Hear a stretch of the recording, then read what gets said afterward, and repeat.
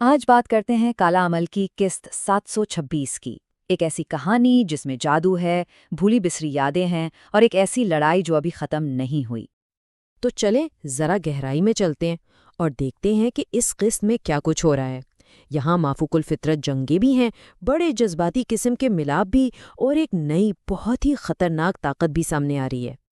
تو کہانی شروع ہوتی ہے ایک ہوٹل کی لابی سے، جہاں نیکی اور بدی کی طاقتیں آمنے سامنے ہیں اور ان کے بیچ میں پھنسا ہے ایک بے گناہ انسان۔ اب دیکھیں، ایک طرف تو ہے سونیا، جو اپنی طاقت سے راہیلا کو بچانے کی ہر ممکن کوشش کر رہی ہے، اور دوسری طرف ہے وہ پراسرار جادوگر پاپا ڈوک، جو خود تو سامنے نہیں آتا لیکن پردے کے پیچھے سے سب کچھ کنٹرول کر رہا ہے۔ اور یہاں سونیا بالکل صاف صاف کہہ دیتی ہے کہ اس کا جادو پر کوئی یقین نہیں، جو کچھ ہوتا ہے خدا کی مرضی سے ہوتا ہے۔ یہ صرف طاقتوں کا ٹکراؤ نہیں، یہ نظریات کی جنگ ہے، اور جیسے ہی وہ یہ کہتی ہے، پاپا ڈک کا جادو پورے ہوٹل کو ہلا کر رکھ دیتا ہے۔ لیکن کمال کی بات یہ ہے کہ سونیا کتنی ہوشیاری سے پاپا ڈوک کے جادو کو اسی کے لوگوں پر الٹا دیتی ہے۔ مطلب وہ جو بھی جادو کرتے ہیں یا دھمکی دیتے ہیں، وہ پلٹ کے انہی پر اثر انداز ہوتا ہے۔ تو ہوٹل والی جھڑپ جیتنے کے بعد سونیا فیصلہ کرتی ہے کہ اب لڑائی کو مسئلے کی جڑ تک لے کر جانا ہے، اور یوں یہ جنگ پہنچ جاتی ہے سیدھا پاپا ڈوک کے ٹھکانے پر۔ اب سوال یہ پیدا ہوتا ہے کہ ایک ایسے جادوگر سے کیسے لڑا جائے جس کی ساری طاقت اس کے منتر پڑھنے میں ہے۔ ظاہر ہے اسے منتر بولنے ہی نہیں دینا، یہی سب سے بڑا چیلنج ہے۔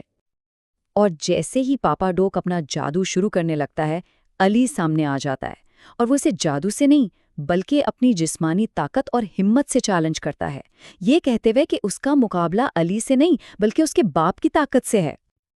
یہ لڑائی بہت تیز اور پوری پلاننگ کے ساتھ ہوتی ہے۔ ایک طرف ٹیلی پیتھی سے پاپا ڈوک کا دھیان بھٹکایا جاتا ہے تاکہ وہ منتر نہ پڑھ سکے، اور دوسری طرف علی جسمانی حملے کر کے اسے غیر مسلح کر دیتا ہے۔ آخرکار ولن کو ایک خفیہ راستے سے بھاگنا پڑتا ہے۔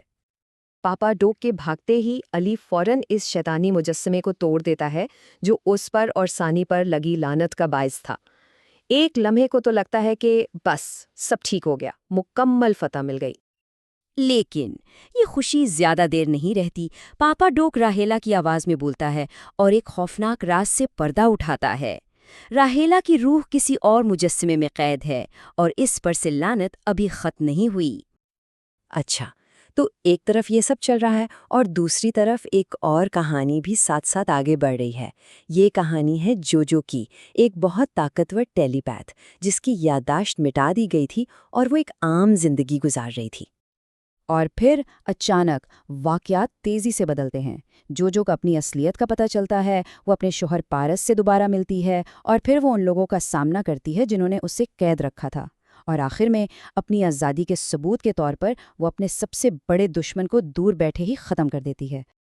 جب وہ اپنے شوہر پارس سے کہتی ہے کہ میں تمہاری جوجو ہوں، تو یہ صرف ایک جملہ نہیں ہوتا، یہ اس بات کا اعلان ہے کہ روز میری کا کردار ختم ہو چکا ہے اور اب جوجو واپس آ گئی ہے۔ آزادی کے بعد جوجو کے تجربات نے اسے بہت بدل دیا ہے۔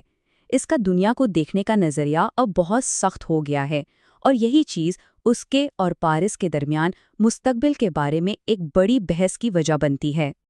ان دونوں کے نظریات میں زمین آسمان کا فرق ہے۔ پارس کہتا ہے کہ اچھے ٹیلی پیتھس کو آزاد کر کے ان سے اتحاد کر لینا چاہیے، جبکہ جوجو کا ماننا ہے کہ آزادی خطرناک ہے اور طاقت کو ہمیشہ کنٹرول میں رکھنا چاہیے۔ وہ کہتی ہے کہ اگر جیتنا ہے تو اپنی فوج بنانی پڑے گی۔ جوجو کی یہ بات اس کی سوچ کو بالکل واضح کر دیتی ہے۔ وہ کہتی ہے کہ شیر کو پنجرے میں اس لیے رکھتے ہیں کیونکہ بے قابو طاقت خطرناک ہوتی ہے، چاہے وہ جانور ہو یا انسان۔ ہر بڑی طاقت کو قابو میں رکھنا ضروری ہے، ورنہ وہ تباہی مچاتی ہے۔ اور قسط کے آخر میں یہ ساری الگ الگ کہانیاں ایک دوسرے سے جڑنے لگتی ہیں، اور یہ بات سامنے آتی ہے کہ اب تک جو بھی جیت حاصل ہوئی ہے، اس نے دراصل ایک اور بڑی سازش کو بے نقاب کیا ہے۔ مطلب ہیروز نے کچھ لڑائیاں تو جیت لیں، لیکن اصل خطرات ابھی بھی باقی ہیں۔ پاپا ڈوک بھاگ چکا ہے، راہیلا پر لعنت ابھی بھی قائم ہے، اور ایک نیا اغوا بھی ہو گیا ہے۔ تو اب ہمارے سامنے بہت سے ادھورے کام ہیں۔ پاپا ڈوک مراکش میں ہے اور اس کا پیچھا کرنا ہے، راہیلا کی لعنت والے مجسمے کو ڈھونڈنا ہے، جوجو اور پارس اب ایک نئی، زیادہ جارحانہ حکمت عملی پر کام کریں گے، اور سب سے بڑھ کر جوڈی نارمن کو کس نے اغوا کیا؟ یہ سب سوالات ابھی باقی ہیں۔ تو ایک طرف پاپا ڈروک دوبارہ طاقت جمع کر رہا ہے، دوسری طرف ایک نیا اغوا ہو چکا ہے، اور تیسری طرف جوجو کی خطرناک حکمت عملی ہے۔ سوال یہ ہے کہ جب یہ ساری طاقتیں آپس میں ٹکرائیں گی تو اگلا شکار کون ہوگا؟ یہ قسط پرانے مسائل حل کرنے سے زیادہ نئے اور پیچیدہ سوالات کھڑے کر دیتی ہے۔